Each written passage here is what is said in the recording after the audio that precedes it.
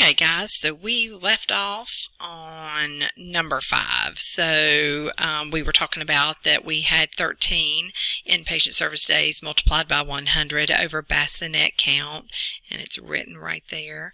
Bassinet count of 15 times number of days in the period, because we're looking at March the 7th for 86.7%. All right, so number 6 says the following statistics were recorded on the neonatal unit on June 8th. And so we've got all kinds of fun things right here. Bassinet count, a beginning census, the number of births, discharges live, so we know we have to have the deaths to have the total number of discharges, and then fetal deaths. And so the inpatient service day total for the unit on June the 8th is 7. So how did we get that? Well, we started with the beginning census 9. We're going to add to it the 3 births. We're going to subtract the 4 discharges. Then you know we've got to come over here and get the newborn death. We're not going to worry about the fetal death, right? Because that's a newborn DOA. And so when you do all that calculation, it's going to be 7. And so bassinet occupancy percentage for the unit on June the 8th is 58.3%. So how did I get that? Let's show the work. So you need the number of inpatient service days, right? So we know from this list that there are no admissions and discharges, so we are just going to roll with what we've got. 7 times 100 over bassinet count, which is going to be 12, times number of days in the period is 1. And then you should be able to plug that into your calculator. So I'm going to do that real quick. For 58.33333, but for 58.3% is that one. All right, so self-test 20 says to carry answers correctly to 2 decimal places, and so that's why you see my answers here. And for space purposes, sometimes you don't see the 0.00 because I'm working with limited space here, but when you record your answers, you would remember to do that correctly. So a clinical unit with a bed count of 18 beds reports the following figures for December. And so then you've got periods of time in December, and with those periods corresponds the number of inpatient service days. And so A asks for the period with the highest bed occupancy percentage, which you were used to seeing from the beginning of the worksheet.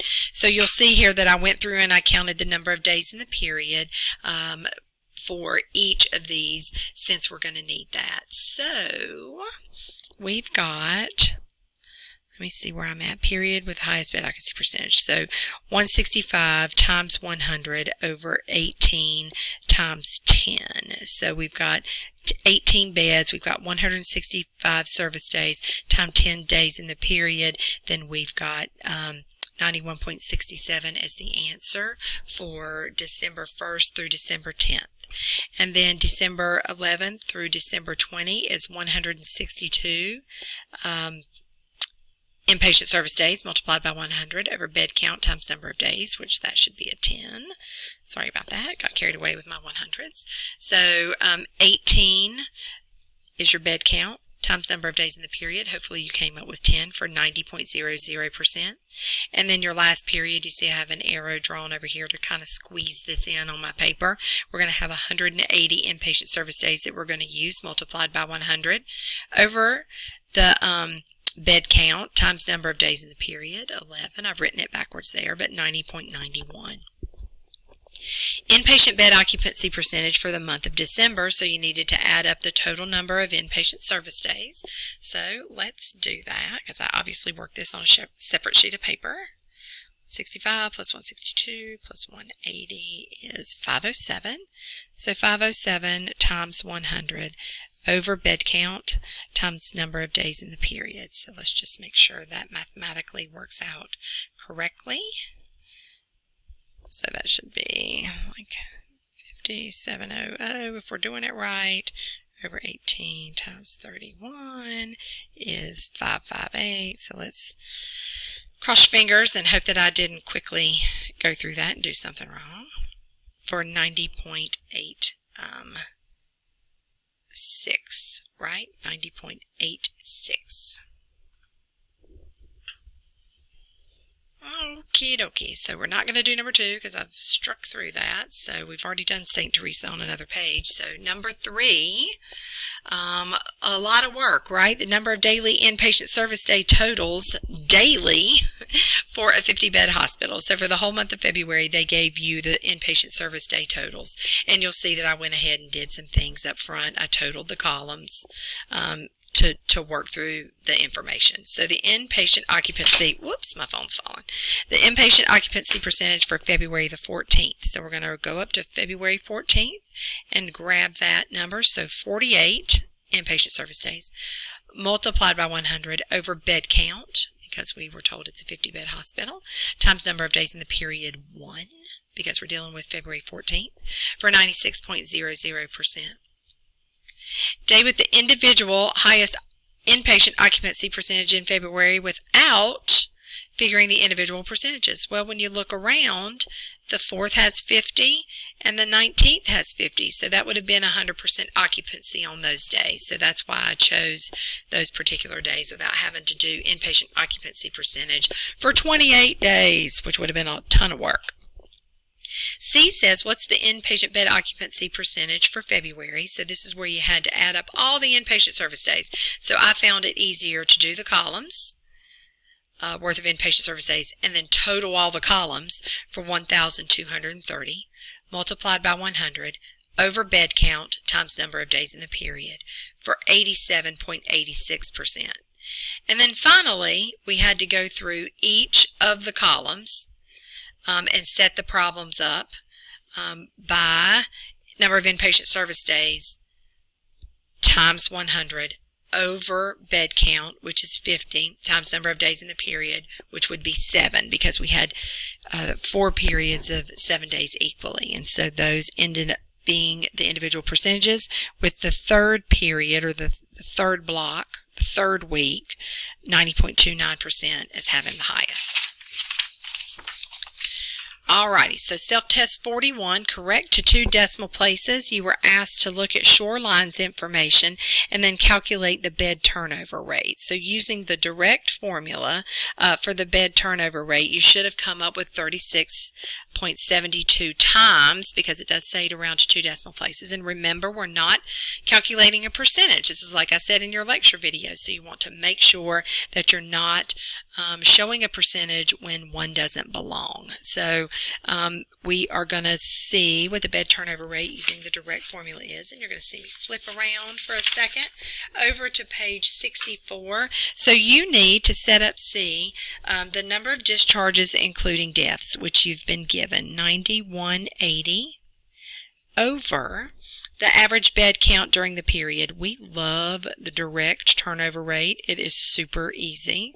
And that's going to be where you got 36.72 times. What's not as easy is the indirect formula, but you were given the length of stay, and we know that it's 8, right? So we had 8 as our length of stay, hopefully, so that worked out for you. So D, I've got written out down here that you need the occupancy rate times the number of days in the period over the average length of stay for the indirect.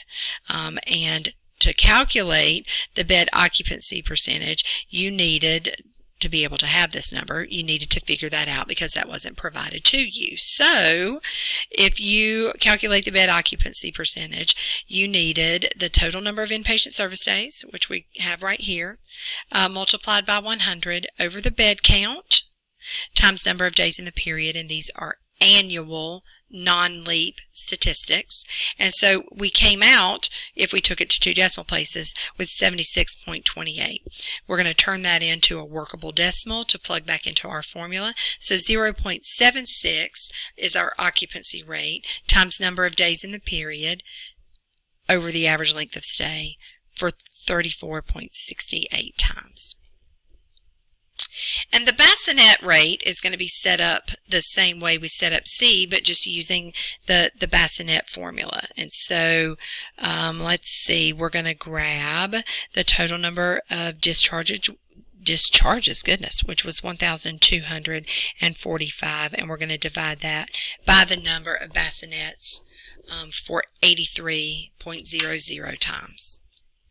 The bassinet turnover rate using the indirect formula, 81.21 times. We're going to take the bed occupancy or the bassinet occupancy percentage, and so I'm going to work that out for you so we get some practice there. I'm trying to figure out where's the best place. I'm running out of room, so I'll just try to smash it right here.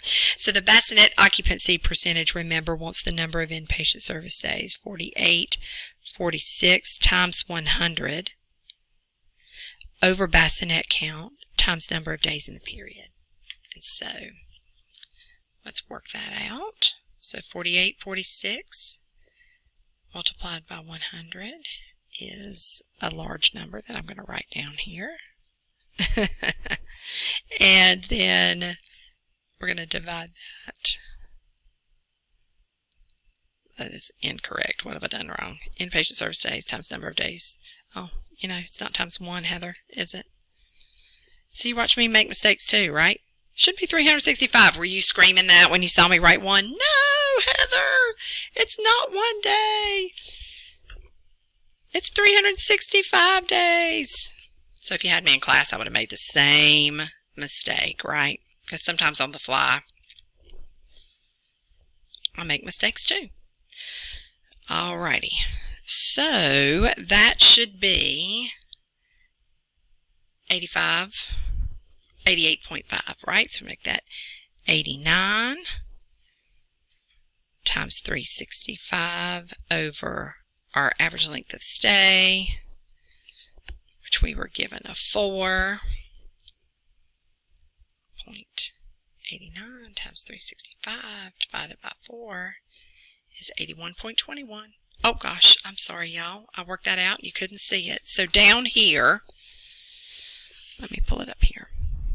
So this was 88.5%, right? So we're going to change that into 89 as our bed occupancy percentage. So we're going to now, that's what I worked down here that you can't see.